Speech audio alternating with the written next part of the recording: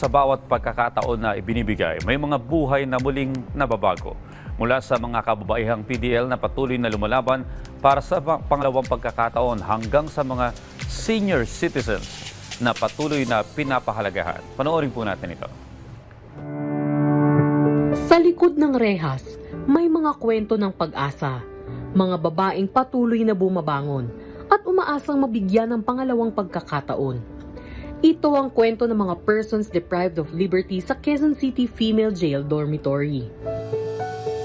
Sila ang mga kababaihang patuloy na bumabangon para sa kanilang pamilya at para sa kanilang kinabukasan. Bilang bahagi ng pagtulong sa mga PDL, inilunsad ng pamahalaang lungsod ng Quezon City ang programang No Woman Left Behind. Ito po ay isang city ordinance na nagbibigay ng pagpapahalaga sa edukasyon, pangkalusugan, livelihood at aftercare and reintegration programs.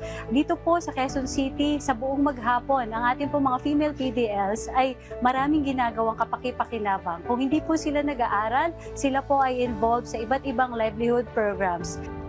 Sa nasabing programa, sumailalim ang mga PDL sa iba't ibang technical skills training, kabilang ang paggawa ng handcrafted bags na nagpapakita ng kanilang talento at pagkamalikhain.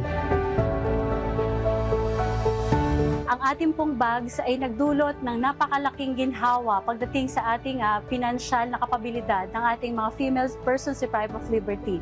Mula po ng creation ng No Woman Left Behind program, more than 5.6 million pesos na po ang naipon ng ating mga female persons deprived of liberty. Sa katunayan po, sila pa ang nakakapagbigay ng suporta sa kanilang mga anak na nasa labas. Unang-una kong natutunan dito is humility po.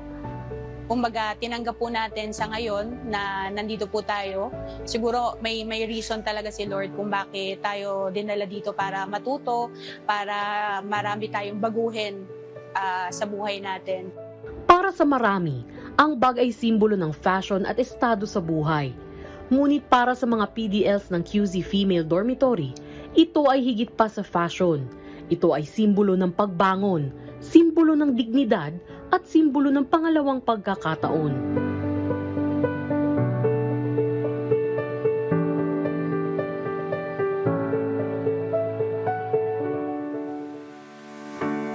Samantala, sa Barangay Dita, Santa Rosa, Laguna, mahigit na 300 senior citizens ang nakinabang sa isang community symposium and seniors night na may temang Golden Years, Golden Rights, usapang karapatan, kaligtasan, public safety at kalusugan. Personal na nagbahagi ng kaalaman ang Regional Director ng Commission on Human Rights Calabarzon na si Attorney Rexford Guevara, kasama si Registered Nutritionist Dietitian Miss Celine de Cifra upang talakayin ang karapatan, kaligtasan at kalusugan ng mga senior citizen.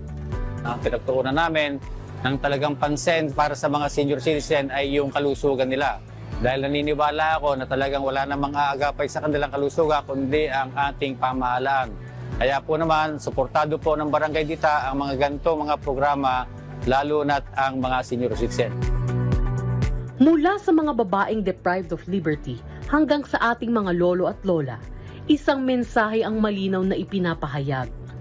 Public safety is strongest when power is restrained by principle and leadership is guided by humanity.